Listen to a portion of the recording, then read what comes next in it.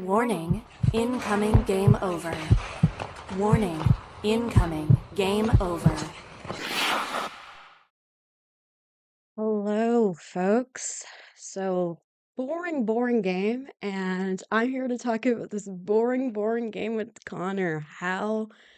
Well, I'll get into the how are you bit. Give me a hot second. I'm not at my best right now, folks, but I am here and I'm here to talk about the Habs because what else would I be on here at Game Over Montreal for? Um, le- let's Okay, I think we might be fine. Sorry, folks. Okay, It was fantastic. definitely a problem on my end. Wow, great start. That's how the Habs game started. How about that? I was just about to say. I How was about just that? about to say the same thing. How about that? So, More boring, befuddling. What are they doing? genuinely a little embarrassing to watch, all of those things. So we got it. We got it, chat. We got it going. Yes. So, let's start again. So, what a game by the Habs. Overtime win, and it's actually fun overtime. I'm feeling a lot of emotions. How are you feeling, Connor? Like overstimulated, overwhelmed, overconfident, over under. Like I am so many overs that I think the best way to say is just overjoyed. Yeah. Like this was not just entertaining hockey at the end. It was like goosebump inducing like creativity and just like the wow factor. I think we were talking about posting like we post on Blue Sky and how you're an excellent yapper and very articulate. And I was so befuddled. I was so like just in awe that all I was able to muster was just a single incredible. Like lost for words at how good this ending was. Yeah, yeah. And it's funny because it's the start of the season. It's feels like the Habs have given us plenty of that already, right? Like what the fun stories. It's Man, what a team. So just to kind of give everybody a layout of how we want to try this chat today is in period one, we'll talk about the game. Second period, we want to talk Dobesh. But before we get into specifically talking about Dobesh, I think we want to just take a second to maybe quickly chat about what we'd like to see a little bit better. And then in the third period, I thought it might be a good time for Connor and I to give to kind of update you guys on our feelings on some of the happenings. I was actually in Montreal the day that the Lane Hutson contract was announced. I was in vacation with my family, so I was so tempted to be like, Andrew, get me on there, get me on, but like I couldn't. I was with my family. So I just want to talk a little bit about that. I know Connor wants to talk about that. And just kind of catch up. Well, I want this to be about us, you guys. No, I want it to be you guys to kind of know what we're both at. And then in our overtime period, obviously, it's the questions. We'd love to have some questions from our chat. If you guys could save your questions maybe a little bit towards the end, that would be really helpful because it's hard to scroll back on the chat sometimes. And YouTube's just odd like that. So yeah, but we are obviously going to be. I personally can't really keep much of an eye on the chat, but I know Connor's keeping an eye on the chat. Um, and yeah, so we will. We love your comments. We love your interactions. So appreciate that. Now, before we really get started talking about the game, really quickly, if you haven't liked this stream and subscribed to our channel, I'd really appreciate if you could do that.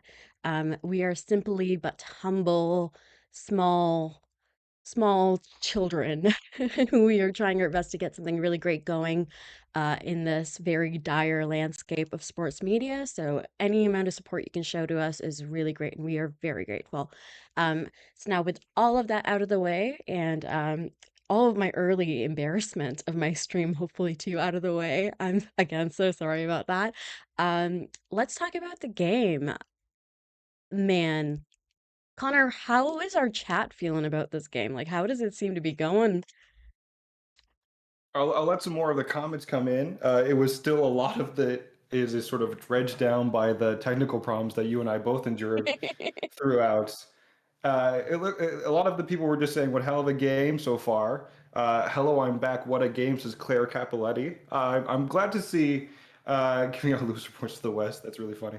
Yeah, just it looks like a lot of people are thrilled. Your defense is terrified of Cole because Cole Caufield is on fire. Cole Correct. Caufield is unbelievable. Like, I think Correct. he's now tied for first, I think, in Canadians all-time offensive overtime goals. He's up there with like Morenz and Pacioretty. I think that's what it said on I PSN. saw a Oh my screenshot God. somewhere. Yeah, yeah. There's a So screenshot. Habs Reddit, do your thing. Like, it's man, this oh, this game was so, so boring. And we were just talking about this about how I was terrified of this, of like what I was going to talk about on this stream. I was like, thank God Connor's going to be here because doing this kind of game alone is like just, I very much need the chat. I always need the chat because you guys are such a big part of the show, but like I really need the chat for those games. And those games tend to be the ones that people don't really care to talk about, which, like, fair. I get paid to do it, which is why I do it some games. I'm like, I don't want to talk about it. Um, but yeah. So I'm just the way it picked up, everything just happened so quickly. Um, so let's just kind of go over really quickly the start of the game. Period one, I started by saying UC Soros is very good, and that is kind of the theme of the game. Now, the Habs weren't perfect, but he's very good. And Dobesh looks sharp. So I missed a bit of the first period, so that's all I kind of got in my notes mostly. I said, how that's just the far? thing. Yeah, how many? You didn't miss the first period. Exactly. You didn't. Okay, so What you we're saw was what you got. It was 6 shots total.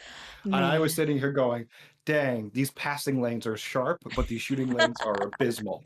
Is that kind of your feelings by the end of the first? How are you feeling about the That was first? it. So here's how I felt. I tangent time. I take the 90, which is a bus in Montreal that basically goes down all of Saint Jacques Street, all through NDG. We've experienced traffic around this one Tim Hortons location where it congests things for 20 something minutes. That is how the Habs see shooting the puck. There is no area and they're just congested by like in this thank God the Predators were white this evening. I was not paying attention to that, but they should have been. They were the opposing team. I think they were, yes, correct. Like if it was their yellow jerseys, it would be the same affront that I get with orangeness when I'm going down this bus lane because passing the puck, it's like sharp. It's one guy to the next guy from the point down to the wing to the bumper. But there's the shooting lanes. It's been an issue.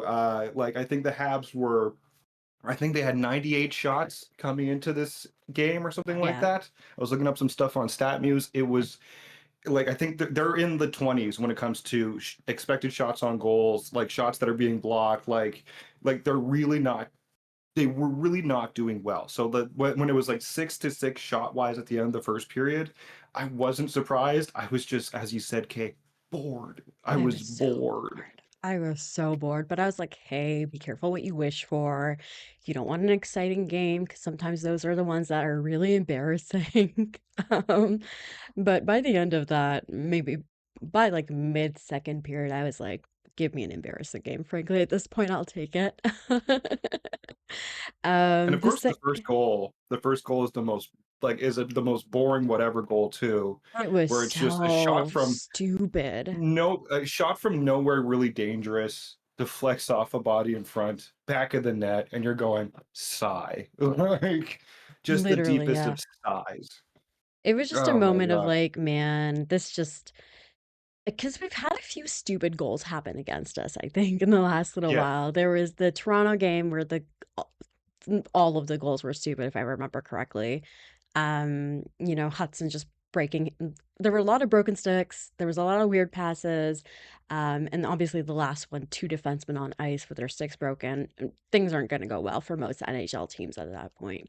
I don't care who else you have on ice. If your two defensemen don't have sticks, it's not likely to go well for you. And then it was a lot of there's been some weird goals against.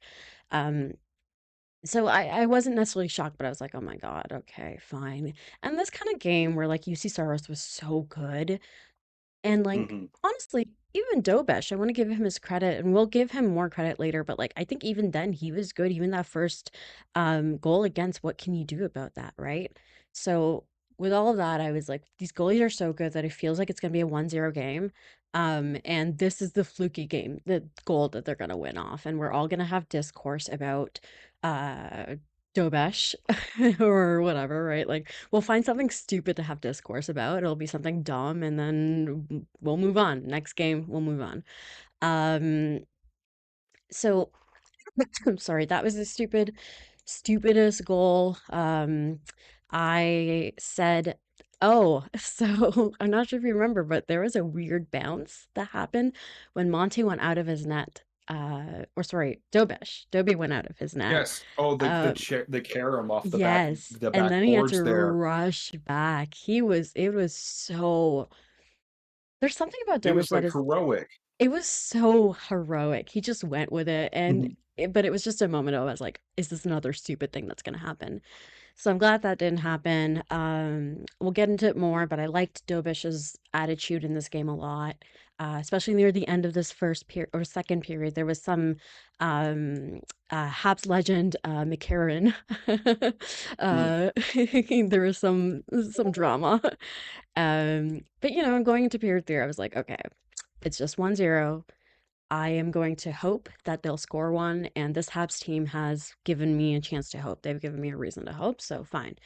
I'm gonna hope for it. And then it kind of period three started. I saw, sorry, just to go back a little bit to period two, because my notes aren't great, but looking in my period three notes, the defense pairings had been shuffled a little bit by Marty at some point.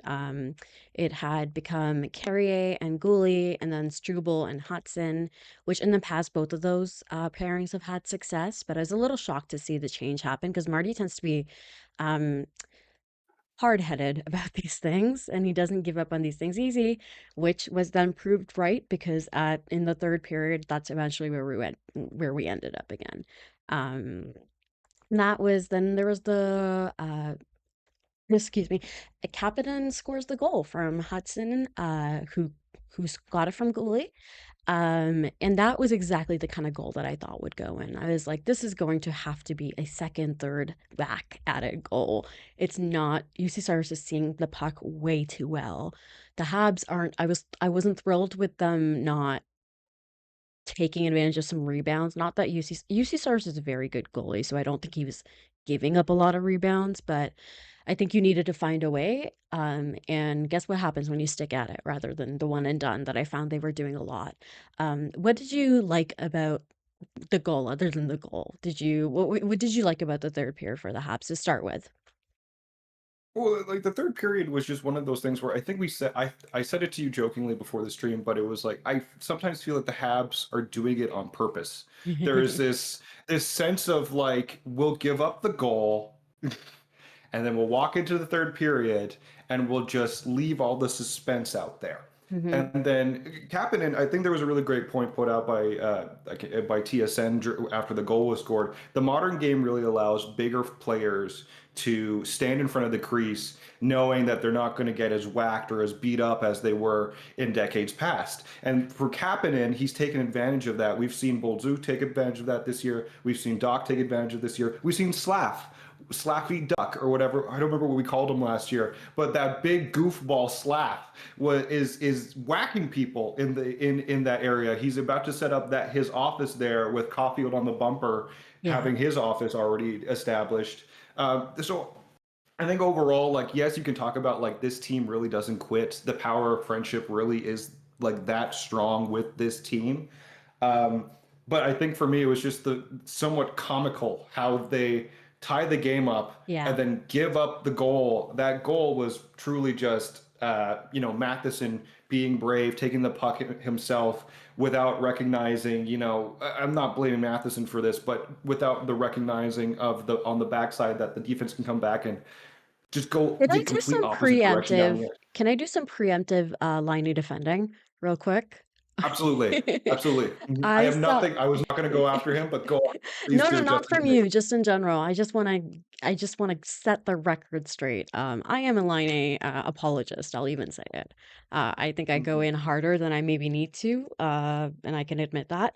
But whatever. I think in this case, I think Matheson, Dobson have been so good, and it's, like, genuinely so good and so good to see.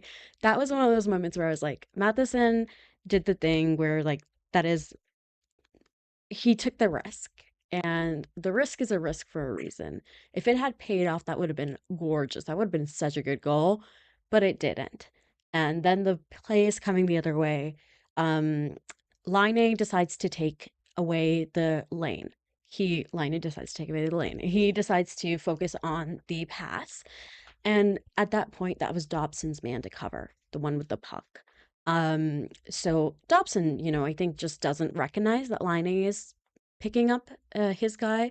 So there's just a little bit of confusion there, a little bit of, disjointedness. I don't think you can really I think when you play the kind of defense that this team I think is hoping to play, the really exciting best defense is offense kind of defense, that's just kind of a side effect of it. So I'm not putting the blame on anybody for this goal. And I think it was just a moment where like things just kind of added up in a way that like wasn't favorable. And guess what? We don't really have to talk about it because in the end, it was it didn't really matter. So, uh, I know I kind of cut you off on those dots on the 2-1 goal, but going forward from the 2-1, how thoughts, feelings, opinions? Fantastic point to jump in on because the Habs essentially did sort of a better version of it back to Nashville when they Mhm. scored the tying goal in the sense of like first of all Lane Hutson for the Vezina. I think we need to establish that early on. He won the Calder last year. This year he gets the Vezina. Like is makes blocks the shot, and I think everybody in the world was collectively going, okay, so then, huh? Because the puck had disappeared, had vanished, teleported, poof, it was gone from one end all the way to the other to Cole Caufield. Such recognition, such vision by Hudson there, gets it up to Cole Caufield. And by this point, to give an image to everybody, I am off of my bed where I usually watch hockey and I'm holding my mug full of Monster Energy drink because I'm trying to Yeah. pass it off as tea. And I'm watching Cole Caulfield walk up as I have one earbud in, prepping to go into my room because I'm recognizing, oh, this game is probably over. Yeah. Only for Cole Caulfield to establish, no, it's not, and for my jaw to hit the floor with the way he placed that puck in the back of the net. And I think everybody in the world is like, with there's so much to say about expectations that we set on this team Yeah. because last year it was like we didn't have enough expectations for them. And I think one of the people that really emphasized this was Lane Hutson. Like, I don't know if enough people were really talking about the Calder at the beginning of the year and how much of a chance it was. People were Mhm. talking about it, people recognized his talent, but I didn't think that anybody expected him to, tie the defenseman like points rookie points record there. Yeah. It's a situation where like with this year the conversation is they need to make the playoffs, period. Like it shouldn't be your, trickling in. You need to make the playoffs. You need to establish that. If you don't Mhm. make the playoffs this year, that is a step back, and a lot of people will recognize it as such. Yeah. And to start the season the way they've started, Cole Caulfield on pace for 82 goals, Nick Suzuki doing his thing and quietly being. I think he was up. I think he was. I know it's really early in the season, but I think he was tied for top in the league in assists at one point today. I don't know Mhm. if that's still the case, but it's one of those things where this team is building off of the momentum that they've had last year, and in such early on, we're seeing the success, and then all that leads to overtime. Kay. Yeah. Overtime. I also would like to just point out real quick is that Demidov was out there with the net empty, right? I think there's a lot of digital paper that's going to be spent talking about Marty and Demidov, and I've seen some emotional reactions, I'd say, maybe to the entire power play situation, which I know we'll talk about in period two. So let's not talk about that right now. But I do think it says something that like this net empty and this rookie's out there. I have my in my notes. I saw that. Well, on So Demidov, can I just say, like, yes, the trust defensively is there for him? Like, I think he showed it with which isn't that the so wild? yeah, because like the back check he did tonight was incredible. Like the stick play he had in overtime when with the clear feed to Stamkos was really great recognition by him being able to play man on man against someone like Steven Stamkos. And then at the same time, I think it was the back check from a couple games ago where just out of nowhere he appeared and was able to disrupt the play. I forget who it was against, but just Demidov, like For the faith Tuesday, I that think. this team has. Yes, it was against Bertuzzi, I think. And just the level of confidence Martin St. Louis has in the youth. I know it's the youngest team in the NHL. The youth of this team, the inexperience of this team, and still relying on like the veterans in the room to steer them in the right direction. It's been incredible to watch, and it's so bizarre for it to flourish, for it to pay off the way it has paid off thus far. Yeah, it's just it's been so exciting to see.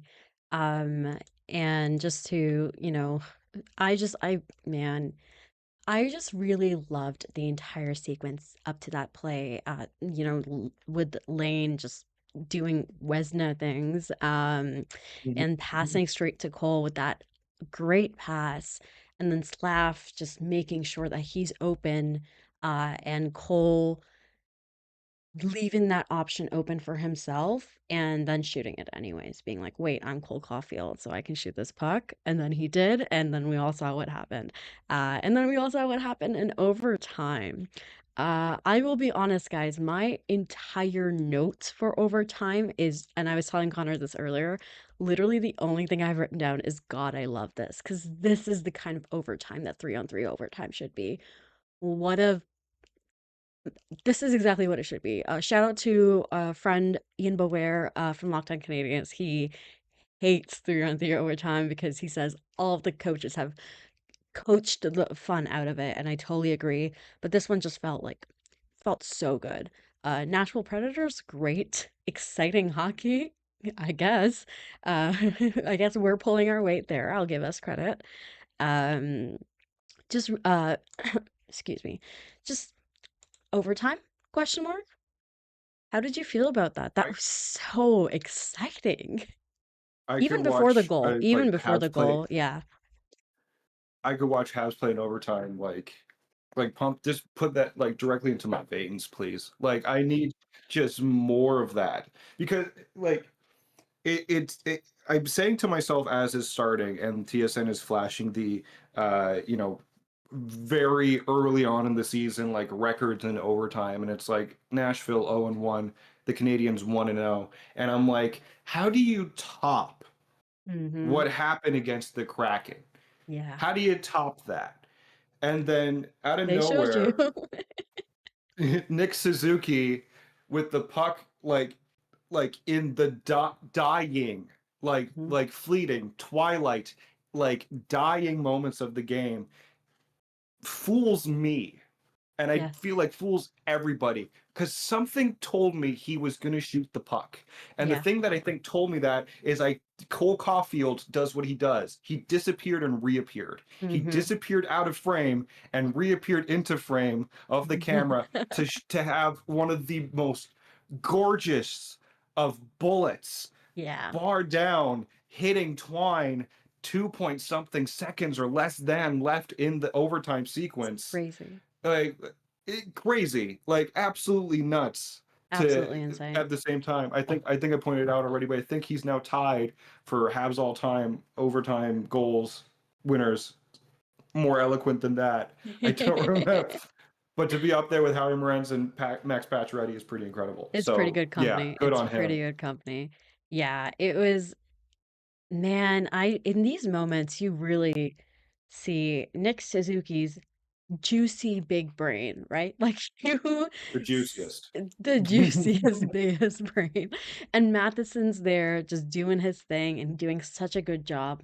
Man, Mike Matheson deserves all the flowers he's getting recently. I'm so glad people are, acknowledging it. Because I think we as a fan base can be kind of hard on him, but hey, he did good stuff. He was there. And then Nick Suzuki fools literally all of us, including UC Saros, who did a great job all night. And then just, I don't think you can really hold this one against him. If I'm a Predators fan, I'm not mad at him for this because that was genuinely just such a good play and then such a good shot by our small goals boy. Goal Caufield is here. It's been a hot start to his season, and I heard I'm someone refer to him as bundle of joy, and I feel like that's our little bundle of joy. And truly a little I just bundle. want to establish that. Truly, he's so just such a good team player, I think, as well. That's just a side note, but he always celebrates like it's his goal every time somebody scores. He's just so happy to be there. So I love to see that in a guy, right? Like you love that. Um, The but image I have is the Line A goal from last year where like he's hugging him yes. like he's like his older brother beat the last like level of Mario, and now they can like go to bed finally with the triumph of I it. Like it's that. every single picture you'll ever see of him in celebrating a goal, he's levitating. Like he's always jumping. So that was such a good little. It's so exciting. We've had some really exciting hockey. Really quickly, I am actually looking at the chat on my phone. Hello everybody, so I can see you all finally. And I just want to say good night, Claire. So glad to have you back. I was missing you. So yeah, happy to have you back. And hello everybody in the chat. Moose says jetpack joyride. And that is exactly it for that picture of, of Cole and Line. It's just, it's such a, this team has the juice, man. Like I know it's so early, so I'm not like saying any sort of anything, but like there's something really exciting about them. And I think if this is how they continue to play, I and the rest of the division just ends up being better around them and somebody takes a playoff spot for them. Um, I can see this team as of right now. I think this is a playoff team, but things can change a lot. But whatever. As of right now, but what I ultimately want out of them is I want them to be a team th- I want them to be in a position where this playoff spot is their playoff spot to lose. I don't want it to be something that they're fighting to win necessarily. If I don't want them to lose it because they're bad, I want them to lose it because somebody else is just that much better, right? To kind of go into Adam's calling me out for being on Blue Sky while I'm on the show. I'm trying to find updates, okay? I'm looking for quotes. Adam, it's called multitasking. How dare you? Some people can Exactly. multitask. I can mess Exactly. up everything all at once. Just watch me. Just watch me.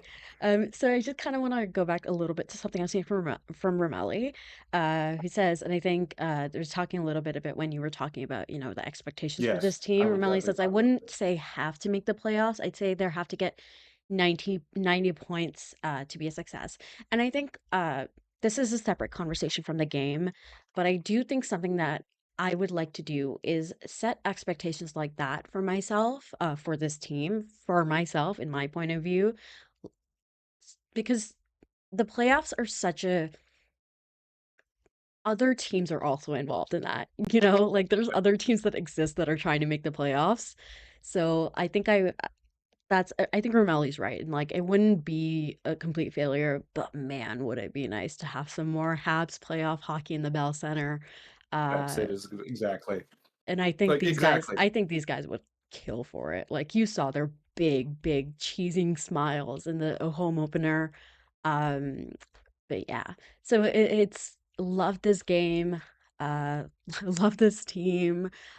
Even what I really liked about this game is, so I feel like even last year this team had a good amount of resiliency. They were very good at comebacks. Maybe in a way that they really shouldn't have had to be, But, whatever. They're a young team. They're still a young team. It's fine. Not a big deal. They were good at, but something about the resiliency this year feels different. Connor, do you kind of understand what I'm saying? Like, I'm not sure exactly what I see there. Do you see something there that I'm seeing? There's no quit. There's this optimism that comes off. And I think like if we do want to jump back to Demidov very quickly, I'm watching in overtime Lane Hutson sort of stall, give the puck over to Nick Suzuki after like taking up I think over a minute and a half of ice time, clearly tired, him jumping on the bench with Nick Suzuki and seeing Demidov jump on and feeling this sort of like rush of like, right, there's more to this team. Yes. There's so many additions that we have that not just this offseason, like we're seeing the growth there, we're Yes. seeing the progress, we're, dare I say, trusting the process. Like it's equaling out to having faith again. And again, Yeah. like I just to talk about the playoffs thing, like I setting too high, I think, of a bar with that, but I think like being No, competitive set the in this set it high. division, Set it high. Go set for that it. high bar. I would love to see them make the playoffs. I'm not saying they have to be within the top three teams in the division. I am saying that like if you are the last seed trickling in, I have no problem with that. But I do want this team to be more than that. And I Mhm. think I have that expectation because I'm wondering how high I can set the bar as well with this team because I have this optimism, because I have this faith, because we're seeing all this amalgamation of just like pieces and theoreticals of the future be the present and Mhm. fitting together. And Mhm. because of that, like we're having that faith, we're seeing like we've talked about this, I believe, on Game Overs past, which if you think at Christmas I'm not doing a bit about the ghost of Game Overs past, I think I now have my idea. Uh, we talked about, oh god, now I lost my train of thought. We talked about bam. We talked about okay, come back to me. Anyways, we talked about something important, and I don't remember what it is, but Andrew had this really good point that I swear to God I had. Yeah, so Just just to say, like expectation having faith setting, and I think. optimism. Yeah. Yeah. That's it. Yeah, Yeah. like it's there. To have that faith in this team is really. Oh, that's it. Having more than just one line. We have more than just one line. What a Like we world. really do. What a What a world world. in which the Habs have like so much scoring. If as someone who has covered the Victoire in the past, if we can get a bit more of that offensively from that team again this year, just to go on a quick tangent, I would love to see that too. Just having more than the 45% goal generation that we were getting from Mary Philippe Poulin, Laura Stacey on the top line. Anyways, to the Habs and their success, more than one line, and I think it's enough. Like I'm not going to say touch the top line, I'm not going to say anything like that. If they want to experiment in the future, I'd love to see it. But like having enough pieces that you can mix and match, it's still early enough in the season that you can experiment. If you're having games like this one where they eventually just got to a point where they were like throw pucks on net, see what happens, like I don't like you can experiment with that, but again, just there's so much faith I have in this team. Like having that, it's going to be enough to see where they go, see what Martin St. Louis does with the lineups, see how he jumbles things. Like it's It's so like much I'm fun. just shaking. It's I'm so shaking good. with excitement. As our friend Wrigley Sober is reminding us, it's only 4 or 5 games in, not even 5%. Yes. So true. And I think that's why we're kind of trying to set expectations here. But we have what we have, and we can only analyze what we have. And right now we have this sick ass game. Uh Trinka in the chat brings up, I'm also dying at Scott posting. So Scott Matla Matla. Scott Matla. I don't know why I said his name like that. Excuse me, Scott. He's saying that Dobesh is undefeated since finding out his apartment isn't haunted. So good job by Jakub Dobes for being undefeated after that mystery was solved. And we will talk a little bit more about Jakub Dobes, including his silly, silly everything charmingness and his game, obviously, because at the end of the day, he is our goalie. Uh, so we'll talk about the game too, I guess. But mostly I want to talk about how much I like him. But before I do, I would like to send you guys over to Andrew of Time Past, who will tell you a little bit more about one of our lovely sponsors, Le Saint Motel, and I will see you guys on the other side. And Connor will see you too, I guess. I'll let him see you guys too. Oh, thank you. While you're browsing Oh Inchoo boy, Bijou's goth that's shop, head embarrassing. next door and discover Montreal's So most unique selfie studio. the Whether you're ad looking to is take some not banger playing pics on of your my Halloween oh, that's costume or embarrassing. cosplay, How or about you want I to make will some play memories with that for friends, us later. the Saint Um, so oops. Why don't we get started on the Dobesh talk a little bit? Jakub Absolutely. Dobes. Need I say more? What a No, fun player. What an easy player to cheer for. What a wonderful just guy to have on your team, you know? Um, so Jakub Dobes, question mark? I love a goaltender who's a little bit strange. Oh, I love I a bit adore a strange goaltending. goaltender who's a lot a bit strange. Oh And yeah. I'm thinking Jakub Dobes is a lot. I just want, if we could just like scan somebody's brain. I'm not saying do it, but I'm saying if we could scan somebody's brain, I would love it to be Jakub Dobes when he had the puck in his hand during that transition after seeing the Predators come in transition in the 3-on-3 overtime and essentially like off of a collapsing defender have a 2-on-0, Lane Hutson making a beeline and being terrific on the back check, him stone colding them, staring them down and going, wait, I too have the power I to too can handle generate the puck. offense. I too can make a like pass.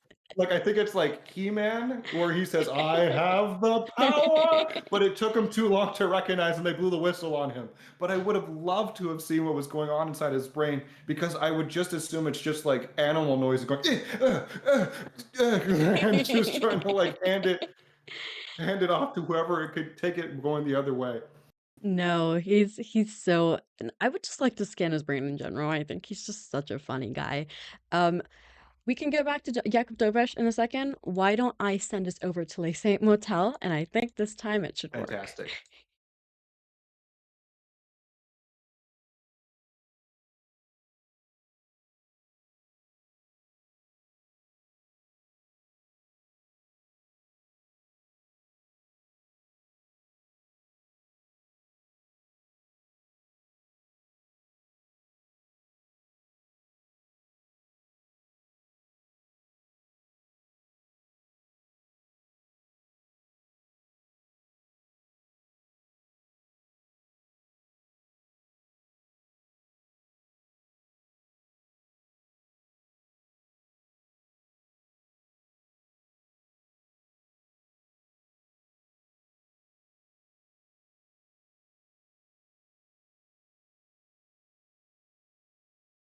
Okay, we're back. And I did unmute us just for the record. I will not be caught unaware. So we'll get a little bit more into Dobesh. But first, I also just want to give a quick thank you to the lovely folks in our chat. So happy to see you guys here. Thank you so much. Um, and let's get back to Dobesh talk. Um, Great why point in the don't chat here that just as Dobesh is a spicy little muffin. Montembeau is like a sugar-coated muffin with maple syrup on top. Trinka, I fear you are describing a cupcake, but I would not. But I feel like if by me saying that, someone is going to say, "No, sir, you are mistaken." Yeah, you are uh, incorrect and also wrong for it. You know what? I do really love Jakub Dobes, the personality, but I also love the goalie. I'm loving what I'm seeing out of him. I think it is so important for him to make sure he stays an option and like a good one for Marty to go to. Not because Monty's whatever, like this has nothing to do with Monty. It has everything to do with the fact that like you cannot have your starting goalie start 700 goals games. You can't do Mhm. that. Like you need to have him um have someone there that you trust. And I think Jakub Dobes is doing everything he can to make himself that goalie. And he's just such a fun player to watch, man. He he has such a good attitude about these things too. I wanted to go back to it a little bit. At the end of period two, so there was a Habs legend, McCarran. I forget his first name. I'm so sorry. Um, Such a legend. Habs legend, Habs legend. I like how So we haven't even like addressed like Habs legend Justin Barron either. Like we're just oh, like JB Justin Barron sort of hurts a bit more. hurts my Yeah. for me personally, it hurts because I really like that guy, but I also cannot deny that Alexander Carrier has been a difference maker for this team. Yes. Yeah, he is. Um, but yeah, I just at the end, when that kind of little kerfuffle was happening, Jakub Dobes is so like and this feels like such a 2010s word to use, but like he's so sassy. You know, like he just like seems like he's just willing to just step up, get in there. I feel like if Jakub Dobes had like, if he was just a guy, I feel like he'd be such a good rage baiter, like on the internet. Like I think he would be so God, good yes. at it. Like He'd be the greatest Twitter troll who ever trolled. Like it would I be, have to say, if he wasn't wearing a mask, I would love to see what his face card was doing as he's saying some of this stuff. it Like would be so much fun. serving face and just like chirping at a dude. Like it's his personality is really nice. I don't want to call it like eccentric because I feel like that might be like way too far out there. But like I think just having him, Hey. that the reliability that we've talked about Mhm. is so like essential. Like, and it is something that they lacked in Primo, unfortunately. Montembeau like, just to say it, like it's his net. Like we all agree Yeah. that. But when you have an extended season, you have 14 different back-to-back situations, and you also have recovery days like we saw today with Monty, in a situation where it's like Dobes is going to get the net tonight. It was the same thing, Xhekaj being out for Struble. It's these situations where it's like you need to be poised, you need to be ready to go, and he wasn't, and he just was. And Mhm. he didn't shy away from the moment. He stepped in. He was composed. I think he was fortunate that the defense of the Habs is evolving the way it is evolving. Mhm. And You like mean there to actually was like, defend? yes, yes, that the ability to defend your goal.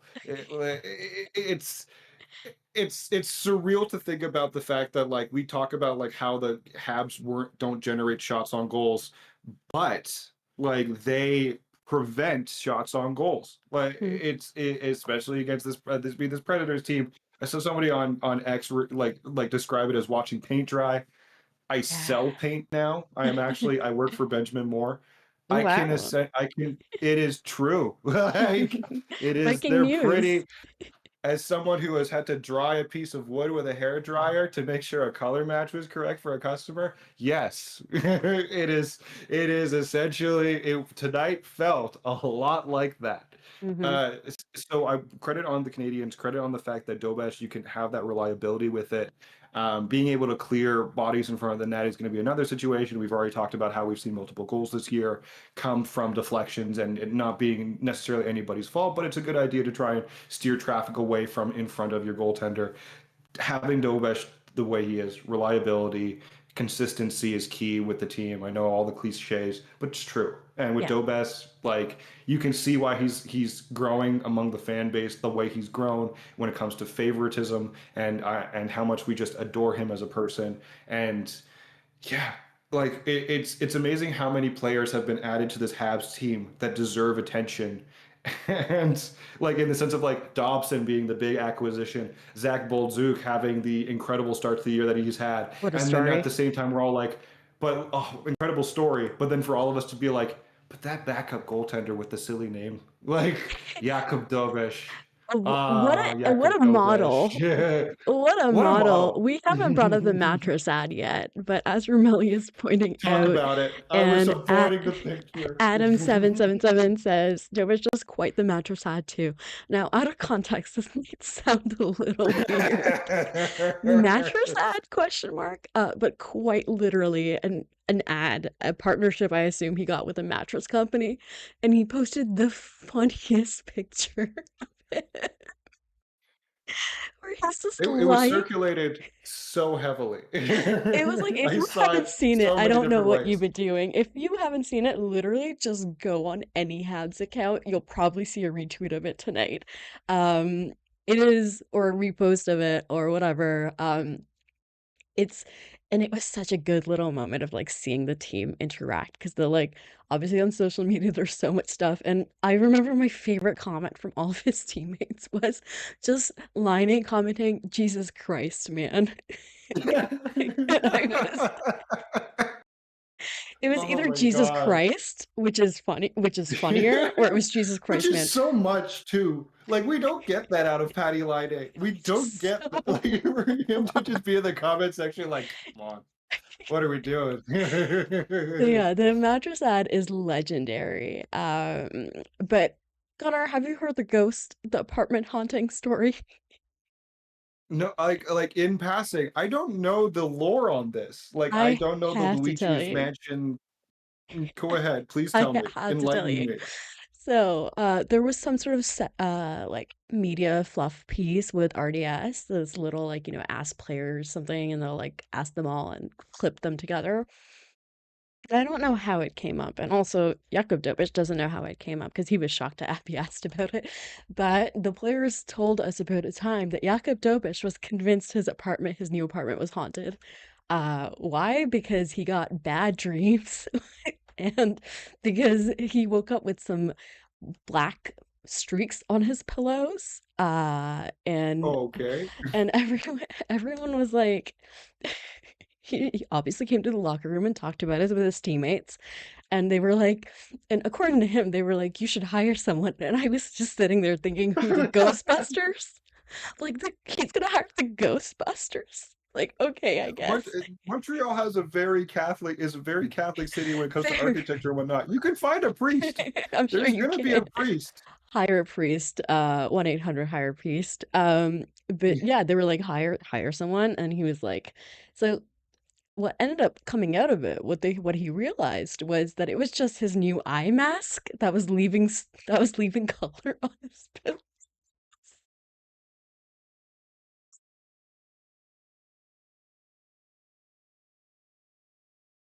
So he had bad dreams.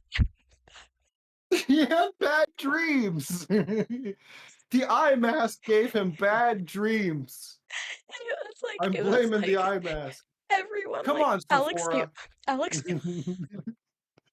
Alex Do Newhook was the one better. telling the story, and he was like, Alex Newhook is so funny because he'll tell like he's just so like matter of fact about these things sometimes, and he was just like, kind of concerning for him to not have thought about that.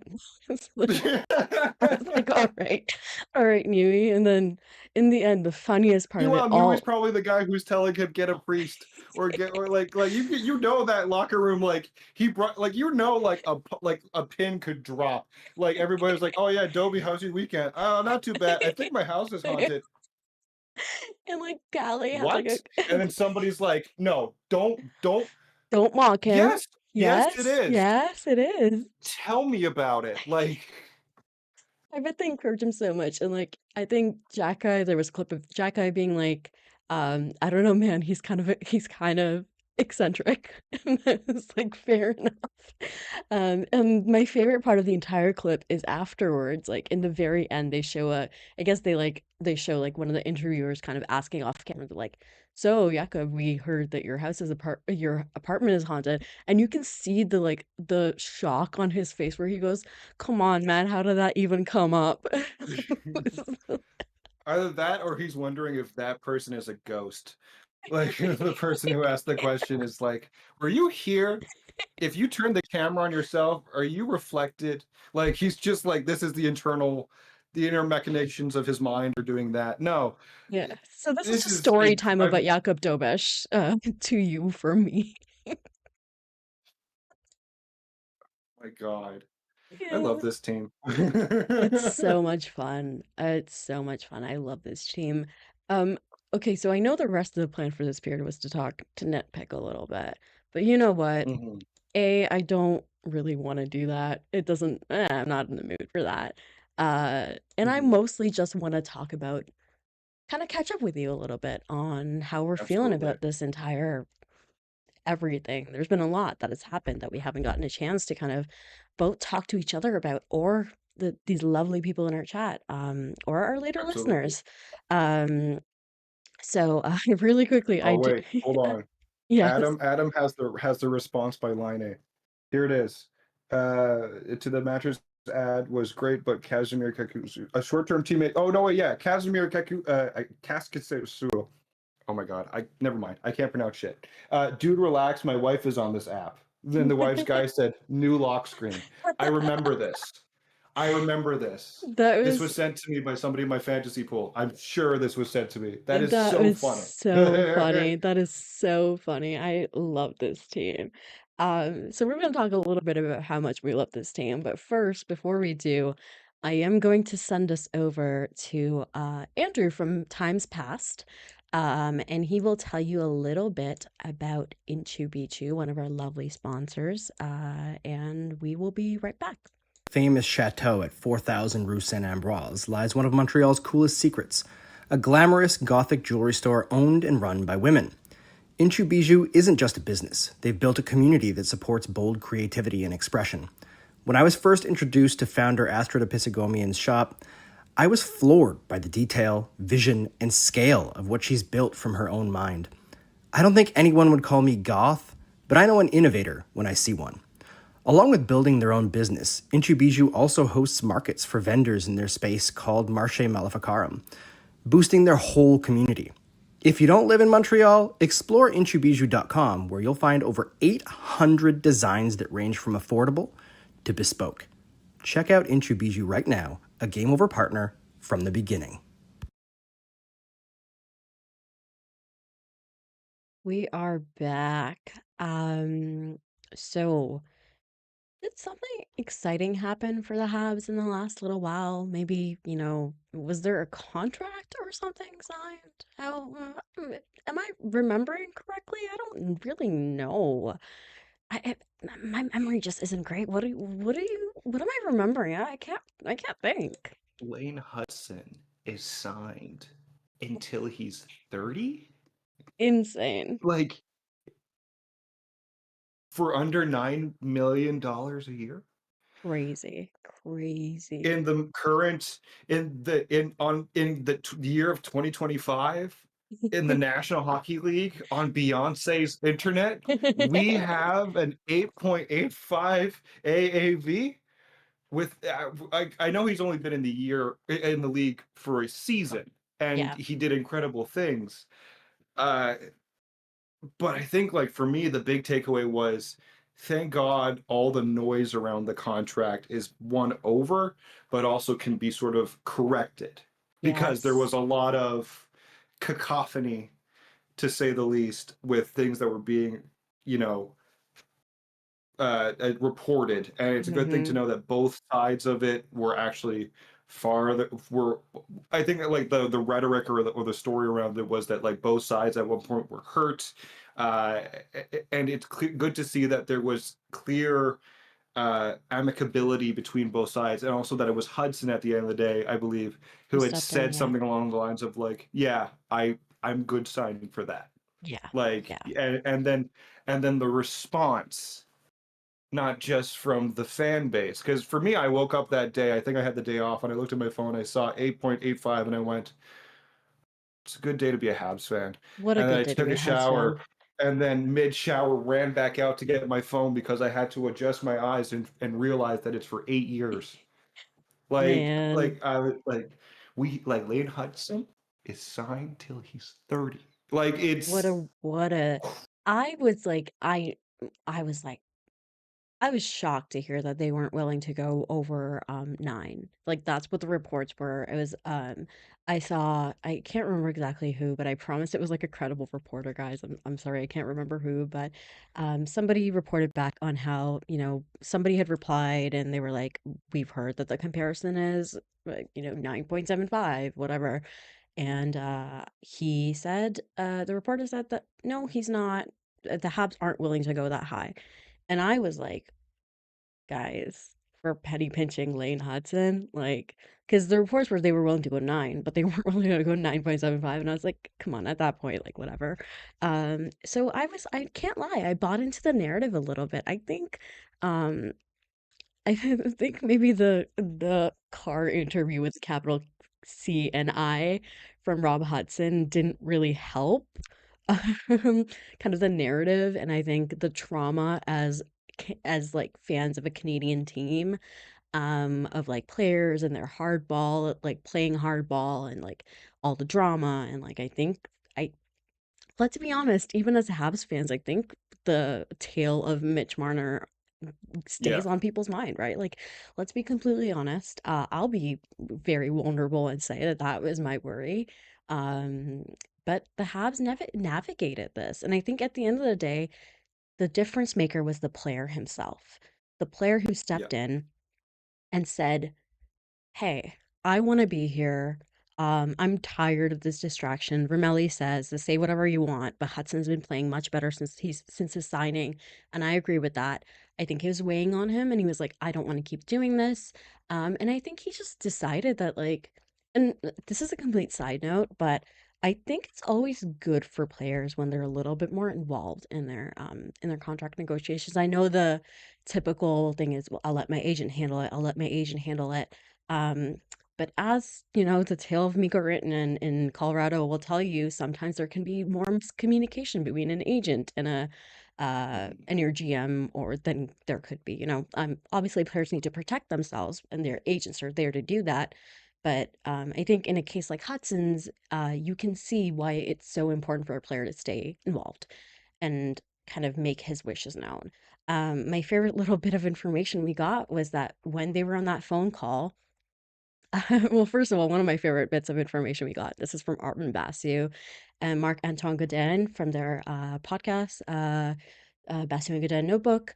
It was something that like he pointed out was that like the phone call was like two people from Hudson's like agency, Lane Hutson himself, uh, Kent Hughes, and then he said, Lane told me that he knew Jeff Gorton was there, but he hadn't spoken, which is just a very funny image to me. It's like Jeff, Sweating, like sweating, but like drenched in sweat. also just the image of like Jeff Gorton just like listening but not saying anything, which like adds up, but it's so funny to imagine.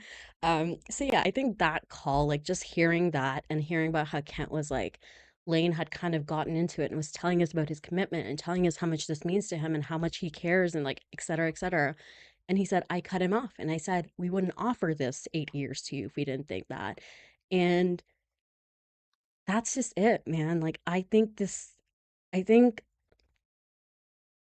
this team is something special, and I really don't, I don't want to get too ahead of myself uh in the short term, but I think in the long term, I am willing to say that this team is going to be very capable of doing some damage in, whenever that time is.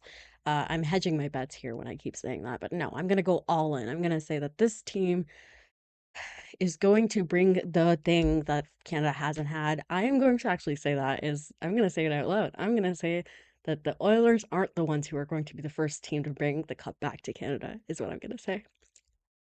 I That's all I said. Did not say who the other team would be. I did not say that. I just said Hmm. it. Hmm. Listen, it's like game 5 and I'm like talking about like I'm talking about like Yeah. 3 years from now. I'm just talking, Meanwhile, I think. Oilers fans have Connor McDavid for 2 more years going. Please. Just like heavy breathing. Just like heavy breathing. The Which room is on fire, everything, but I'm fine. Like that's the it's thing given too. that. Actually, talking about Connor McDavid, that is something that like I'm not a McDavid fan. But I'm not an Oilers fan, so I'm mostly a hater at heart, and I think my like Oilers haterism just like extends to Connor McDavid. But I can really appreciate what he did for his team there. And he wanted to win with that team, and he knew that taking the money that he is worth was not going to be helpful to his team. And he wanted to, obviously, he watched out for himself because he got the 3 years. So good for him, but he also took a lower salary than he could have gotten. That is a player who could have maxed out and like under the CBA, right? Like, and would have been worth every penny. Um, but for McDavid to make that decision, you have like players like Lacombe and Luke Hughes, and those were all the comparables. And I was like, talk about Connor McDavid to Lane Hutson show him, right? Like, and I think he didn't really need that. I think Lane Hutson knows because the rest of this team knows the culture. And Nick Suzuki talked about this when they asked him about the signing. He said, listen, I know people are going to make more money than me. I understand what the situation was when I signed. Nick Suzuki's a very smart guy. I know, although I don't trust a lot of players to know how to do math, I would bet he does. He knows how to do math. And I would, he was a very, very, very smart guy, and he was like, I don't care, but everybody knows that they need to take less. They need to take less. It's a fair amount. I think almost at 9 is very fair for Lane Hutson. It is also a discount. But it's not like we're like underpaying him. I would never say that about a millionaire, earning Yeah. like that much money. But like, I think it's a fair enough with a discount. And I think that's ultimately what this team needs its guys to do. And what a culture to set. Nick Suzuki, Cole Caufield. I actually can kind of throw back a little bit to the Cole Caufield negotiations because those were a little longer. Those went a little longer. I remember because people on Twitter were very annoying about it because every single reply Yes. to every single Habs tweet was sign Cole Caufield, sign Cole Caufield. And I was like, guys, look at this picture of Nick Suzuki and be okay with it. Come on. Uh, it's like, Look you're at gonna my stop. meow meow. Look at him. Back at Meow Meow throwback. Those who Meow know. meow throwback. Meow Meow throwback. We need to make a shirt that says that. But yeah, so I remember I was like, the Cole Caulfield extension was a little bit contentious, and people were like, there's no way he's gonna sign for what Nick Suzuki did, or like less than him. And guess what? At the end of the day, he took less. He took less than Nick Suzuki? Question mark. I think he took less than Nick Suzuki. Mhm. Or if he did, it was a very close number. Yuri Slafkovsky. That's a little bit of more of like a good faith, taking a chance on it contract. But even then, he probably could have bet on himself for a shorter term deal, right? Like Caden Gooley took less. Noah Dobson agreed to come to Montreal. Lane Hutson just followed that trend, and I'm like, I'm just our team is a destination. Our team is a place that players want to stay. And I used to dream for times like these. I used to beg for times like these. What does this say to you? Like, how are you just generally feeling about the direction of this? I think you nailed it because last year when the the preseason when the or the off season I should say when Patrick Laine was traded Mm-hmm. in his interview there were discussion was recognizing Martin St. Louis as a head coach and recognizing the culture, the discussion, the murmurs, those brief instances of saying last year of like the Montreal Canadiens are like you said a destination. People want to play for this organization. They want to play for this team. Mm-hmm. And we can say what we can about the climate of playing in Montreal and the Mm-hmm. pressures that come with that And it's and the true. expectations and how daunting it really is, especially for French players, to perform well here. And to hear that the among the players themselves, when Mm-hmm. they're asked like, where do you want to play, that Montreal is an option. That the single city, if you want to count Ottawa, you can. That is French. That Yeah. it like the language you get that like for a lot of the American and a lot of the Canadian players, like it's daunting enough to come from overseas and have to learn English or have to improve your English to do it in French as well. Like there's all these aspects to it, but to hear that the culture that they've established, the power of friendship really is that Mhm. strong. Uh, it, Try not to say it's family challenge. yes, it's like it's incredible. It's incredible to see that this is now the version of the Montreal Canadiens that this generation is getting, where the fears have been in the past of like like this. It's not just offense that we've had like sometimes last year or the era before this where it was uh the backstopping of Carey Price and the really solid defense. It's we have both. Like por qué no los dos? We have both of them, and the culture is right, and progress is being had, and optimism is being felt. Yeah. Like, and I think it's worth it to say that. Given the tension that we've all had for multiple years, watching this team struggle with like at first finding an identity past Carey Price, like outside of just like we have a lot of pieces for the future, and Mhm. like what is Martin St. Louis going to be like as a head coach, and like how he had a long gate and playoffs weren't a pressure point, and we tried to avoid the P word for a couple years, and now it's like we've had a jump from last season was a jump in what we considered close to being competitive and contention and in the likelihood of the last dance for them Mhm. uh, to the expectations now is for this team to find success throughout the year and not have like a half like the start they had last year where there was all types Yeah. of questions, injuries were plaguing them. Like I know it's wrong to say, I'm like sticks breaking and people blowing tires Yeah. is a lot less concerning of an issue for me 100%. compared to what issues we've had in the past. Not saying don't correct it. No, Like of there were course a not. lot of sticks breaking tonight. It's like I said, they're doing it on purpose. They're prop sticks that they've been The practicing little with, dummy sticks, and yeah. like a fake like fake glass like sugar glass that you There's two of smack them. over There's someone's like the head and sugar explodes. glass one, and then there's one that's made out And of then the rubber, like the bendy exploding, rubber. Oh, the yes, exploding one or also the for your exploding guys, skate yeah. blade that's been happening a couple of times. There, I'm Oh like, man. it's Cirque du Soleil at times with the eccentricity that is the clown of Dobes and the theatrics that are the slapsticking, pun intended, and the pratfalling that we are seeing on the ice at times. Yeah, yeah. No, it's a lot. And like I think just to kind of go back a little bit to something that Zachary in the chat is saying, Noah Dobson didn't just agree to come to Montreal. He helped facilitate Yeah, it and ended up taking 1 million less just to join the team because of how much he loved the culture of the team. And that says a lot, right? Like Noah Dobson was one of the most sought you got it. Noah Dobson was You one of killed it. those sought out players.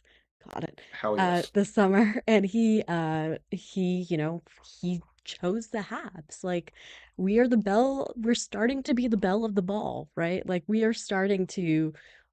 No, not the right comparison. He was the belle of the ball, and we were a good option for him. I Need I remind you guys, English is my second language. I'm just gonna qualify all of this last 2 minutes with It's that. okay. My first language is puns, and the first thought was La Belle Province of La Belle of the Ball, and I was like, You don't say got it. that out loud. You got it. We'll think back about that one. Yeah, but like and speaking of English being my second language, I think I'm not sure if you saw, but just something I think all of our lovely people in the chat would like to know is that Ivan Demidov is he'd started to learn French as soon as he was drafted by the Habs, and he like gave he like spoke some French in at the end of like a little interview or something like that. I can't even remember what it was, but it's just these little things that are like you have Nick Suzuki out here, and like I know people were nitpicking whatever like that Yeah. interview or whatever, but like I think that there's no reason to focus on those people because I think the majority of the people were really supportive and happy and like thrilled that like this guy was doing his best to like understand what's so important. And Connor, can I be so real with you? I choked up Be so when real. well, I'm gonna tell you now. I choked up when I heard Nick Suzuki come out to fix you for the last Mm. game's home opener. Him coming out to fix you. Um, I know that like I saw some like, oh, I wish that like he gotten to choose his own thing. I think the assumption there is that he didn't.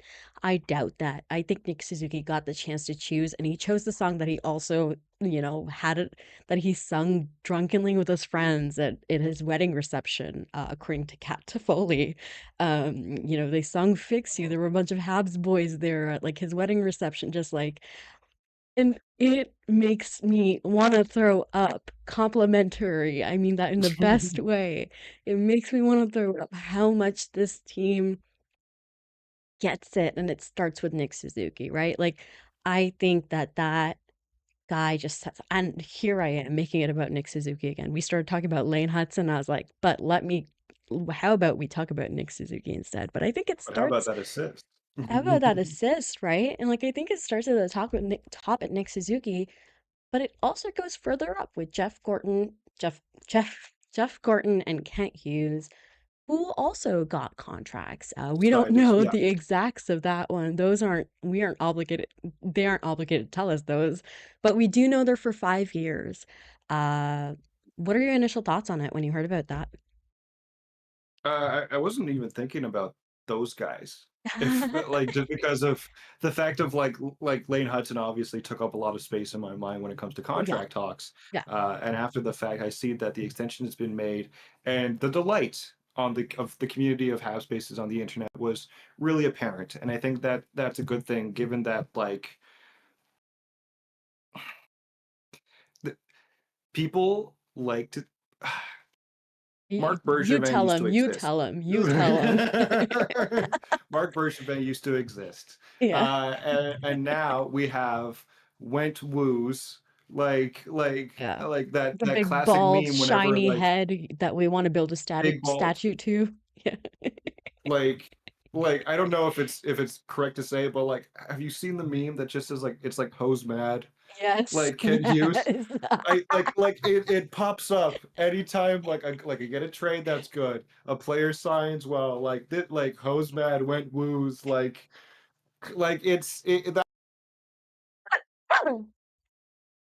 like over and over again.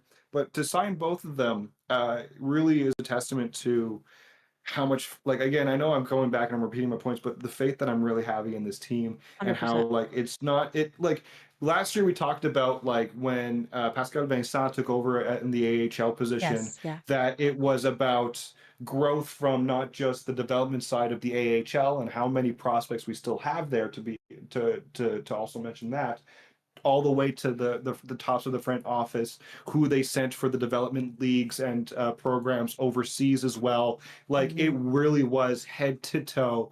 Everybody is going to give in to this. We are, Everyone's pulling their weight. it's everybody's pulling their weight. Yeah. And I think with that, that was the first real thought I had was like this cements it. Um, I'm curious to see how other contracts will go. I Mhm. think Bolduc, just to bring up Bolduc, like if he has the Yes, year that he yes. has, I think he's getting paid what under $900,000 or something AAV. Like it's really low. Like he's still on a ELC, rookie deal, right? most likely. Yeah, ELC. Yeah, ELC. Sorry, yeah, an ELC. So like that's somebody for the future. Line A needs to resign. I'm not. This is for the future, but like Line A is probably not going to demand or get as much as he's I getting don't even paid know if he now. comes back really, but that's an That's option. it. Like, Who knows? but Who it's an knows? option. I'm not Like closing the it's door on that as a Patrick Laine lover. that's it. That's it. But just like to say, like contracts are there, but like Mhm. who they've Doc wrapped is up coming thus up. far. Yeah, Doc is coming up. Like there are things we still need to talk about. There are going to be situations where we'll all be biting our nails in suspense again. But when 100%. you look at who has been signed up, like you, even including the front office, it's good. It's a Mhm. positive. It really is a positive. Yeah, I see Ramelli here saying I'm just as happy about the Hughes and Gorton contract than I am with the Hudson contract. I'm a little bit more excited about the Hudson one, but I understand. I think because Mhm, the Hughes and I think this is really where the Montreal Canadiens, and excuse my language, but this is where the Montreal Canadiens fuck you money really comes in use, mhm, where you say Jeff Gorton, very experienced, probably will, I believe in the past has been, the Canadians have been asked for permission to talk to him, and I believe they would have continued to be. And they were like, actually, how about we just give you a raise in title and probably boatload of money, and you stay with us. And I think Jeff Gorton's invested in this team anyways. Like I think this man did not want to leave. Um, but it's this kind of thing where the Canadians really like the Canadians have resources that other teams don't necessarily have. I think that's the nature of them being the Canadians. And I think just them using those to their best capabilities is absolutely important. I think getting Hughes and Gorton locked down. I've never been more excited about a front office. I've never been more, and this front office, keep in mind, they had a very last keep in mind there was a point last year, right before the trade deadline where there was two roads you were looking at. It was sell or don't sell. And with the trajectory that this team was on in that moment, it would have been very easy to go sell. And Kent Hughes listened to his captain and assessed the team and said, I'm going to bet on these guys. And that was, and Jeff Gorton too. I think Kent Hughes gets all the because he's such a front facing figure, gets like all of the praise. I would imagine Jeff Gorton is a big part of this because Kent Hughes is rather inexperienced. So you have Jeff Gorton who understands the more nitty gritty. I would assume. I don't really know how they break up their responsibilities, but I do. I'm a Hugo girly. I'm just not. I'm not just the you part of that, because I do. And I'm not like the way I'm talking this. I'm like justice for Jeff Gordon. I'm not saying that. I just mean that like I think that this team is just my point being this team is really exciting and I'm really excited about it. Yes. I am going to. We are. We have gone a long time. Well, I've gone Oh, longer, but it's I do want to make sure that it's my mom's birthday today, guys. So wish her happy birthday. Or it's going to be happy at birthday. midnight, so I need to be sure I'm done to be able to wish her for that. But I do want to send us over to the next part of our show, which is overtime, which is of course where we would like to ask the it is overtime, and we would like to answer your questions that you asked. We're not going to ask your questions. We're going to answer your questions. So be sure to drop anything that you have in the chat.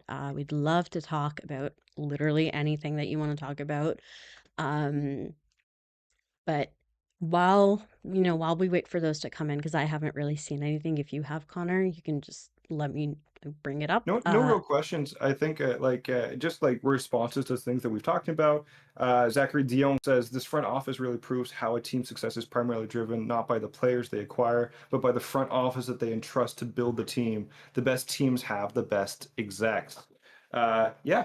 that's a very good point on that. Like again, like top to bottom, everybody's got to be on board. But it does start with the front office. It does start with the captain, like you were saying, Kay. When it comes to like Nick Suzuki, like I think is Jake Evans not a good example of this last year with him being able to sign the extension and like the talk of like keep these guys together, He's like keeping keep my these guys friends here. together. Yeah, like you can't take my friends away, like pouty face, Sad, no, my mom said it's pleading cool if I emoji. sleep over. Yeah, like fix you plays as he like hand on glass and like he's still in the same room. Like he's just like in the corner and like Ken Hughes and like Jeff Gordon are like, Nick, like just Nick, he's come not what dead. are you He's doing? here. He's not dead. Like Nick, like are you singing Fix You again? Like who gave him more Coldplay? It's Playing Coldplay, Fix You right? on ukulele. I don't know if you can, but he's got his ukulele out. He's playing Fix You. I think he Nick's is actually can like play the piano, so he's got the piano out. He's playing Fix You on it. I'm not surprised he plays piano. Like he just like it just comes out and he's singing it. And then like you just see like you just hear in harmony and as they walk out it's like Cole Caulfield, Patrick Laine and all of them forming a chorus line. Light will guide you home. I was not gonna sing it because we're on YouTube, but like and Ken Hughes is just like, sure, we'll sign Jake Evans. Like yeah. It's like, sure, why not? Like at this point, Why why not? not? Why not? I'd They could hate use to the do this to penalty my killing. children. Yeah. And honestly, so glad that they kept him, like for many reasons, because Yes. A, I am a Jake Evans enjoyer, but B, because oh boy, this penalty kill would be like it's already, I think, 50% new, considering some Yes. of the pieces we've lost, but it would be like a lot newer. And I think the loss of Jake Evans on that penalty kill would be like don't want to think about it, frankly. Don't Like want I to think think it'd about be that. ugly. Yeah. I think it'd be a little bit ugly, let's be honest.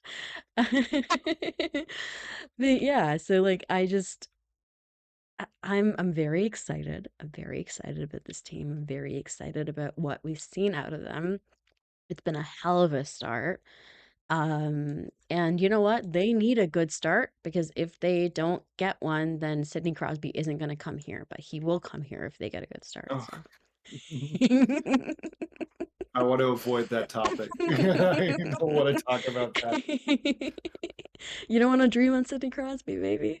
Because I'm seeing, I could, actually, but it's my fear is what we have to give up. But anyways. because I saw Ramelli actually say everything's Did you get perfect. Ramelli?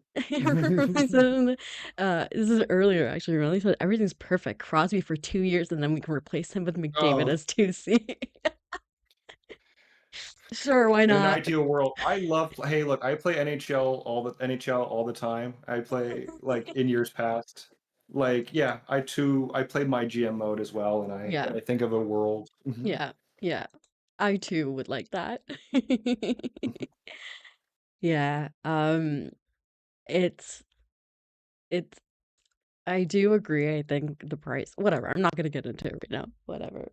We have forever to talk about this, We and have forever. we have Yes. so much time to talk about this, and we are going to talk about it until the day Sidney Crosby retires, whether it's a Penguin or not. Hmm. It's gonna be a bullying works moment for like Habs fans in general, because we're gonna be like so smug about it if it happens. But whatever. My point being, Whatever. whatever. I'm not even like thinking about it. Like I don't even really care, Totally not frankly. like I'm totally not like insinuating it. Like nothing like that. I'm definitely not insinuating it. I see a question from Romali here. Thank you, Romali. Any Thank you, opinion on really. Struble's game? Thank you in general, by the way. We really appreciate everybody in our chat and everybody watching and listening, and people who are watching and listening later, even on a delay. We just appreciate you tuning in. Just really quickly before we actually answer what Romelli asked us, thank you very much, is I do want to just say thank you so much for being here, and remind you to please like the stream if you haven't yet. If you aren't a subscriber, we'd really appreciate that. Game Over, you're welcome to check out our website, the gameover.com network, or if I'm wrong, then it's in our description. But we are sorry. Where was I going with this? Yeah, we're very grateful. I'm happy to have everybody here. Like I Yeah. think like this is a very beautiful community space we're trying to build. Honestly, I'm We just want happy that you're here. Like even, yeah. even if you're not necessarily subscribed for whatever reason, we just appreciate you being here. Your time is so valuable, and we're so happy to have you. Um, Some of you have to work tomorrow. Like uh, thank you. I Thank you know. for being here. Yeah, like Some some of you guys actually have places to be tomorrow. of you have school in the morning, I assume. I assume. So yeah, really happy to have you here. And I do, we if you any of the things, any of the discussions we've had, by the way, and I always want to emphasize this, that any of the discussions we've had, if you have any opinion on them and you weren't able to be in the live chat, we we value your opinion. We'd love to have your comments on YouTube or whatever, if there's something that you want to talk about. Honestly, if there's a suggestion you have for an upcoming stream, something you'd like to see, be sure to just drop that in our comments. We want to make this an appealing place for you, because that's what we're here for. I fell in love with Game Over as a viewer back in the SDPN days. And I became a reply guy for Game Over, which means I was camping out in the chat and I was constantly in there. So trust me, I know what it's like. Okay, now that I'm done sucking up to you guys, which I wasn't because I love you, but now that I'm done that, just want to talk a little bit about, want to answer Romelli's question, which is any opinion on Struble's game? Connor? I didn't need to see a lot from Struble tonight. I didn't need him to go out and prove that he should be like the main guy to go to in this lineup. I didn't need anything like that. I need just a solid game from him. And I think the defense tonight, not just him being like in the position that he was in, like I think from defense top to bottom, I was really impressed with. Like I had Hmm. no qualms with any sort of like lapses in the game here or there. The best thing I can say about defenders is if I don't notice you, it's probably because you're doing something right. Yeah. And like James Especially like Struble a wasn't third the pairing standout for guy. me. Especially third pairing guy, that's Yes, exactly what you want. Yeah. yeah. because like if a goal is scored in a key moment, like with the when the Predators like took it 2-1, I'm thinking, okay, Matheson was in transition, who was back there. Oh, it was Dobson. Oh, that's a bit of a surprise. Like it's one of those things where it's like if the puck is going in and you see James Struble has like a minus whatever it is, it's a bad sign. You're complaining about him. I didn't see anything that was super like stand out about outish about his game. It's good, like we say with Dobes, even though Dobes's position is clearly more important when it comes to being the backup goalie and consistency. Mhm. Being able to turn to somebody like Jaden Struble, insert him into the lineup, and he works is an asset. Like Mhm. we talked about when we talked about the blue line of the Habs for in the past like couple of years, it's been logjam. The logjam. There's too much depth, too many people competing. There's still a lot of people competing for those spots, as we saw in the preseason. And for Jaden Struble to be consistently in the mix and consistently in the discussion of having more time, should he be given more time in situations like that, to have him have a game like this where, again, like I didn't think he was the standout performer, but I think he was incredibly solid, is a good sign. It's a sign of relief that you have that depth as an Mhm. organization. Again, Mhm. depth, that word that That word we is so important. that Yeah. characteristic that is so important, but it's been lacking Yeah. in recent years. Yeah. I think with Jaden Struble, one of the advantages that he has, and I kind of want to integrate Natalie's question into this. Which, she asked, "Will Arbor be back next game? Maybe 3-1 rotation with Struble." I think kind of to touch on that, I think one of the advantages that Jaden Struble has over Arbor is I think Marty likes Jaden a lot more with Lane. Not as in like Mm, he likes I think that's a pairing that he feels like he can go to. So when he feels like maybe Goulet and Hudson need a bit of a second for whatever reason, I feel like he and that's a hell of an asset to have for your one of your top four defenders to feel comfortable having him with one of your, bottom pairing D-men. So I think that's something that Jaden Struble has over Arbor Jack. I don't think particularly Marty trusts Arbor quite that much, particularly not that I think he has like I honestly don't think he favors maybe Arbor's physicality puts him a step ahead in terms of Struble because Struble's a freak of nature in terms of like he's very strong. I've heard that he like mhm. is very, very strong. So I have no which I also liked that he defended Dobesh when the entire thing was Yep. kerfuffle was happening in the second period. So I think that's also really important for a guy in his position to do. I was really happy with Struble's game. Um, I think because of the level of competition, it's a it's just I think it's very important to keep Struble warm. I didn't, I like the idea even of that 3-1, 2-1, I'd say even maybe I do think I don't want to make any definitive straight statements, but from my view of things, it does seem like Arbor Jacki, in the eyes of this coaching staff, has a longer term future with this team. So I see why he might get more games, but I do think Jaden Struble has done more than enough to earn himself, alternates. Like it's very important. Depth, depth, depth, depth. Like I trust both of those players the same amount that I trust bottom pair defensemen. I wouldn't want them to play top 4 minutes, but I trust them in their roles. I do think that like maybe with Arbor, I think sometimes like I think fans can be a little bit insane about him. In Yes, I think he's a fan favorite. And, Like he like, really totally, is. totally fair enough. I am seeing Mhm. King of the North, head of Hamilton bad headquarters, Hamilton good, actually.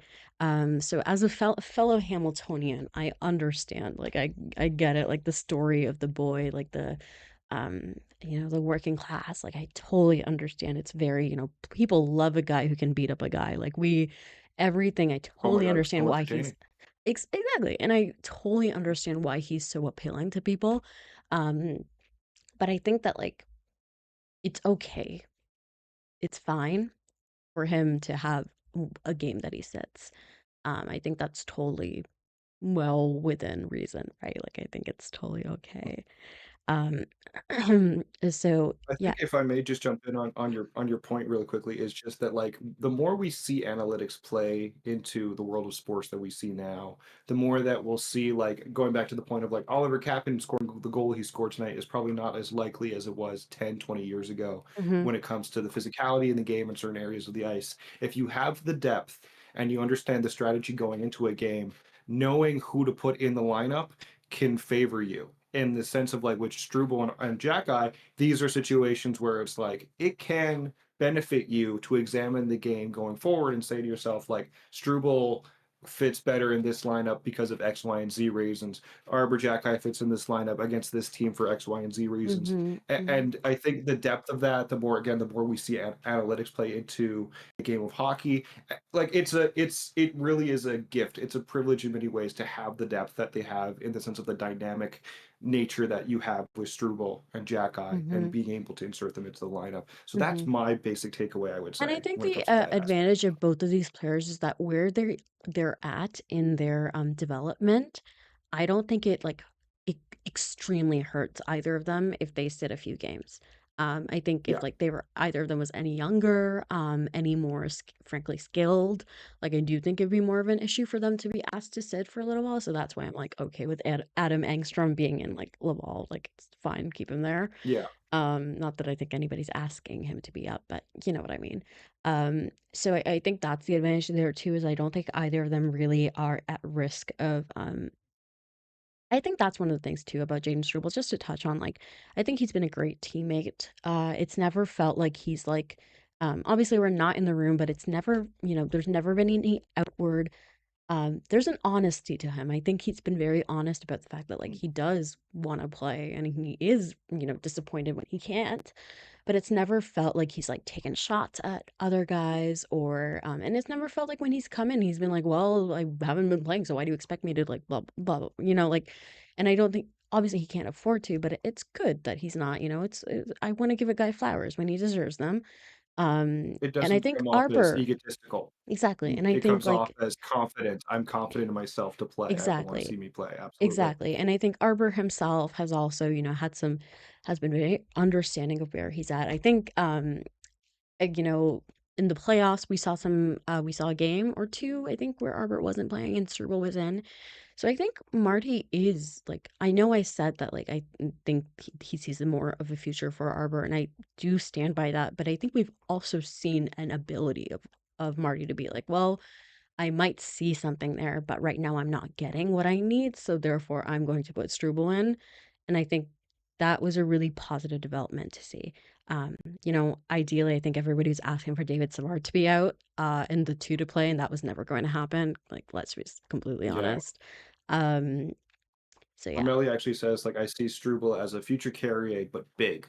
And I think my first thought on that is honestly like the talks that we've had, even like about blue liners, like Lane Hutson's offensive upside. When Logan Mailloux was on the team, it was he's not ready yet, but the offensive upside is going to be there. And then there was the trade, obviously. With Jaden Struble, I think just the satisfaction of knowing that defensively, his identity is sort of being geared towards that. Like he's a solid, strong, defensively sound player. Like that's what you can hope for. Arbor Xhekaj, I think his when I look at him, it's been not an identity crisis, but it's been he's had to wear a couple different hats. Mhm. It was first he's the resurrection of the goon enforcer era, like archetype, and then it was like last year we saw how much he had improved his shot and his confidence in being able to take shots from the point. And I think now this year it's his uh his mannerisms, his personality when he's around everybody else, like it's so inviting, it's so like just like it puts you at ease that you can tell the impact he has in the locker room as well. Mhm. So it's sort of nice that like we talk about their development and how early they are. It's also like how we're viewing them as players down the line, what archetypes they really fit themselves into Yeah, as they progress as well. yeah. So yeah, like I love the comment by Ramelli. I No, think with that's a great Struble, like comparison. I think that's something that I'm eager to see like obviously with all these players, I'm eager to see how they turn out in the future and what ceiling they hit. But Of with course. Struble, like it's one of those things where it's like, yeah, like more playing time. I'd love to see what type of player he becomes. Absolutely. 100%. 100%. And that's something kind of Natalie in chat also says is I just hope none of the extras, forwards included, sit too long. And I think this is where you have the advantage of having geez, I feel bad. I forgot who our extra forward is. I know him. I know his face. Um, Joe Veleno. I think this is where Oh you yes, Joe. have, yes, you have, this is where you have a bit of an advantage of having an older guy as your extra forward. It, I think we haven't seen him in a game yet, but I anticipate him being a more trusted and reliable version of Michael Pizzetta, Yeah, but I do agree with Nelly in that I don't want to see him, I don't want to see him not kind of get the Pizzetta treatment in how often Pizzetta played. Like I do, I think it was to a point where I felt bad for Michael Pizzetta. I think like the player he was in that moment just wasn't like fit either, to be honest. And the position that the Habs were in and what the games were important, et cetera, right? Like I totally understand why that happened. I personally see Joe Veleno becoming a player that plays that 13 forward role but is more reliable. Um, I think that um yeah, Ramelli says I don't see Valeno coming in for now, and I agree with that. I just don't know who you'd take out right now. Everybody's like hmm Patrick Laine, but did you see what Patty Laine and Ivan Patrick Demidov Laine had a can great do night. together?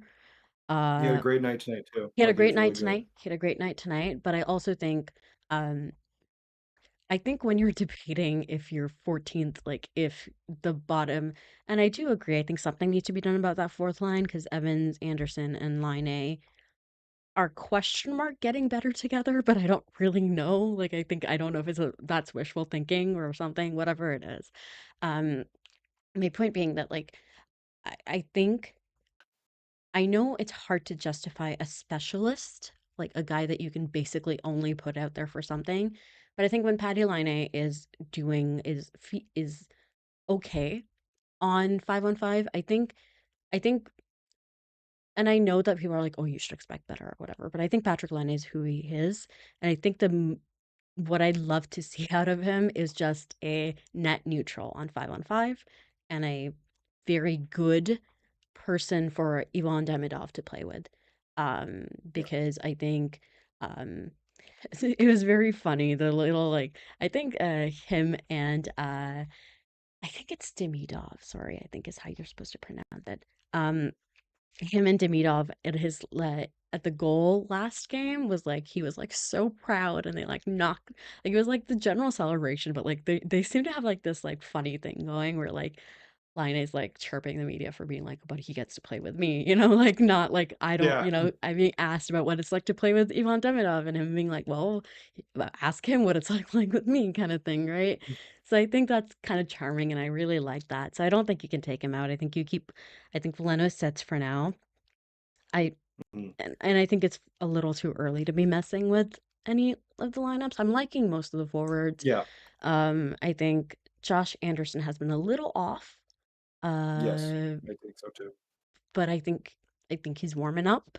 I think I think Josh Anderson has earned himself some grace in that, so I'm not going to be like take Yes. him out. And I don't think it sends a very good message either. To be fair, to be honest, that line also does have two new dads on it, so I'm like Marty, Yes. you're not spreading the sleep deprivation there. There's a very cute shot of like both Josh Anderson's wife and Brendan Gallagher's wife actually in the stands, and they were holding their babies with the big noise canceling headphones, and it was very cute. So that's just a side note. Um, but it's. I don't think there's somebody you can take out. I did also just have a question. Um, what was my question? Oh yes, my question. So there's been reports that the Canadians are opening to re-signing Mike Matheson. I don't know how you make that work. I don't know what space there is for him. Where are you putting him? Like, are you essentially giving up on Reinbach if you're doing that? Like, is that what you're saying? What's happening here? Because I think that's the thing is that Mike Matheson does not want to take a short-term deal. Term is important to him. Fair enough. He is, 30, I think I want to say, something like that. Um, it makes sense for him to want to cash in. At the same time, I don't think the Canadians are likely to commit like a long, long time to him, right? So that's just a side question. It's a very like early rumor. I haven't really like I think I heard from Pierre LeBrun about it. But yeah, what are your thoughts on that? On a Mike I was Matheson just saying extension? because because it's also not something that I've really like considered too much right now, just because like the It's positive so thing with early. the Like let me lock-in, just let me just it's kind of super early. let me just put this all by saying it's very early, but I figure we're Mhm. talking, might as well talk about that, right?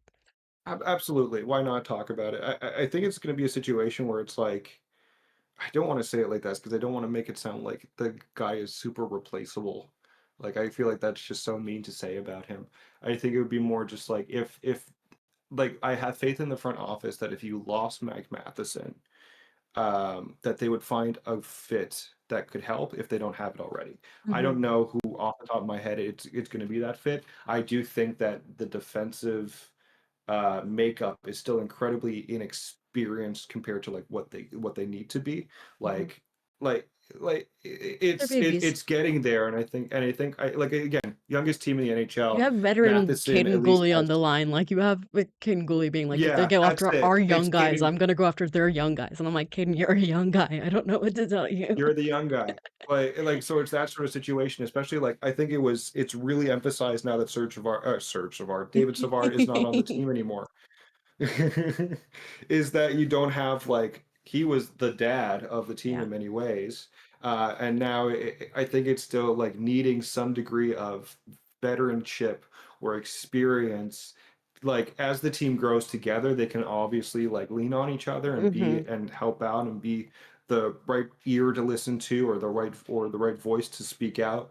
Um, and I'm not saying that Mike Matheson necessarily has that role, but I am saying like there is something to having a degree of experience. And a guy like Matheson, like if you lost him, I think it would be a evaluation of like what type of player would fit that in. I Mm-hmm. don't have a player that comes to mind. That's just my thought of like this really, really early like Very scheme early, or yeah. scenario that we're crafting. Yeah. It's really just like I have faith in the front office being able to find the right fit Mm-hmm. if it's not Matheson. Mm-hmm. And I totally understand why it would be Matheson that they be want to go after. He seems like a very good teammate. He seemed to take the, let's be real, demotion after Hutson kind of stepped into his role very well. He seems to, from all accounts, a very good teammate. Wants to be here a lot. Like he seems to value it a lot. He seems to take a lot of honor in that jersey, in wearing that jersey. At the same time, he is an older guy whose game, and I know Andrew talked about this, but his game does rely on his speed, but also his skating. Like, I don't think that's necessarily a concern. I don't think the speed is itself a concern, or skating itself isn't a concern. My opinion honestly doesn't have much to do with his game on this. It more just has to do with organizational fit. Because I think if you Yeah. re-sign Mike Matheson, you are doing it with the intent of eventually transferring him down um, to even a smaller role. And I think Mike Matheson needs to be very okay with that, which is a lot to ask for a guy. I wouldn't say, and if he wasn't okay with that, I wouldn't say he's a bad teammate, by the way. Like, I don't think that's like a fair assumption. Which again, I'm now pre-defending Mike Matheson for something somebody didn't even say, so I'm making up a guy to be mad about. But like that's my kind of thoughts on it. Is like I do understand. Um, and I think at that point you're like, well, Reinbacher is there, in the wall. Adam Engstrom is there. So, you know, I guess like those guys trade pieces. Like what are we talking about here, right? Like I think there's a lot. I think this is a big domino kind of signing if it were to happen. If he resigns, I think it would mean a lot for a lot of different guys' futures in this organization. Um, I think that this organization is committed to giving Reinbacher more time. And it's as I think that they should. I don't think that Reinbacher is a project to give up on right now. Mhm. But I think every organization also needs to. I just think this is a very interesting proposition. So early in the season, Dobson and Matheson have been so good. Yeah. I am so willing to absolutely admit that I was wrong and how much I was scared of that pairing, but I don't think I was the only one. I want to be fair to myself. I think that's a fair worry to have in that pairing. Um, but I think because the early returns of this, I'm not shocked that people are now talking about Romelli. You're speaking my language, buddy. Romelli saying resign Matheson, use Reinbacher as a trade piece for Crosby. All right. All right. With that wonderful idea.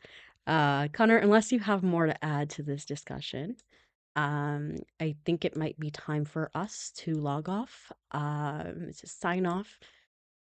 Uh, it's 5 minutes until I wish my mother a happy birthday. Uh, Again, happy birthday. yes. So, not that we have to go, honestly, it's fine. If you have something to say, that's totally okay. But Yes, yeah. Sidney Crosby will retire as a Penguin. I just don't know if that's not on a one-day contract. That's Ah, it. you got me. I was about to start booing. You. Okay. I once again want to say thank you so much to everybody in chat. We really appreciate you guys. Thank you for tuning in. I don't know when the next game is. I think maybe Saturday. Um, but I'll be on. I don't, if it's not for the next game, the game after that. I also do want to shout out, and this is very exciting. So it's just a little thing that, um, Ian Bover, again from Locked On Canadiens, posted recently about how he's going to a Habs game for the first time in the Bell Center. And I am so excited for him. And every single time that I heard that's happening for someone, I get very, very excited for them. Unfortunately, I got my phone stolen a little while ago and I lost some of the pictures that I had for my first game in the Bell Center. I was very bummed about that, but it's those memories are worth so much to me. Just like even the memories in my head, it's totally so I'm just very excited for him. And this is just me bragging about my friends, I guess. Like, this is me bragging about my friends' corner, just being like, I'm so happy for my friends. But yeah, that was one of the best experiences of my life. So and this was in the bad times. This was a loss to the Colorado Avalanche where Arturi Lehkonen scored 2 goals and the team was chanting and the crowd was chanting his name and not even in a mocking way. So that's how bad things were, but it was still so magical. So that's what I have to say. Connor, any last thoughts? I'm still paying off the amount of money I paid for my playoff ticket last year. So Worth it, baby. congratulate, worth it. I still have the towel somewhere. Nice. Nice. What a special one day. One day. It's so special. So this is, I guess, I'm doing free advertising for the Canadiens when I say go see a game at the Bell Center, guys, if We'll you see a can. game. Go see a game. It's very special. And if you do ever happen to be going to a game first time, be sure to go a little early and look at some of the statues. I cried Yeah. the first time I saw them. I cried because I am so romantic about hockey that I was like, oh my God, I'm finally seeing this. Anyways, I got so off track here, but thank you, everybody. We really appreciate you being here. Please check out all our socials. Both Connor and I are on Blue Sky. I am also still tweeting on Twitter, although that's something I'm not very happy with myself about. But hey, it's just community, whatever, right? Like we do a lot for community, but I am on the internet. You can find me on the internet. You could also probably find me in real life, but don't do that. I'd really appreciate Don't if you do that. did. Don't do Don't be that. doing that. I'm saying you could. I'm not saying you should. So from my end, good night. Connor, is there anything specifically that you want to shout out before we log off for the night? Uh, no, outside of just like, yeah, you can follow me too. I'm on Instagram, I'm on Blue Sky. I have Twitter. I don't access Twitter. So if you did want to look me up on Twitter, I'm on Twitter. But just to say, for now, go Habs, go, Go and Habs. yeah. What an exciting time to be a Habs fan. And I'll see you guys next time. Bye bye.